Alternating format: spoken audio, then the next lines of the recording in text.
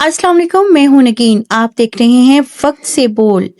सबसे पहले नजर डालते हैं आज की अहम खबरों पर। सियालकोट डस्का ट्रैक्टर ट्राली लुटने से 2 अफराद जख्मी। सियालकोट के इलाका डस्का के करीब मनाबाद रोड पर वाक़े गांव वाहला में ट्रैफिक हादसा पेश आया, जहां ब्रेक फेल होने के बायस ट्रैक्टर ट्राली बेकाबू होकर उलट गई और करीबी खेतों में जा गिरी। हादसे के नतीजे में 25 साला दानिश रजा वल्द शफकत नदीम और 17 साला अब्दुर्रहमान वल्द अब्दुल रशीद जख्मी हो गए। वाक़े की इत्तला मिलते ही रेस्क्यू 1122 की टीम फौरी तौर पर मौका पर पहुंच गई और जख्मियों को इब्तदाई तिब्बी इमदाद फराहम की। रेस्क्यू एहलकारों ने दोनों जख्मियों को मजीद इलाज के लिए तहसील हेडक्वार्टर THQ अस्पताल डस्का मुंतकिल कर दिया, जहां उन्हें तिब्बी सहूलियात फराहम की जा रही हैं।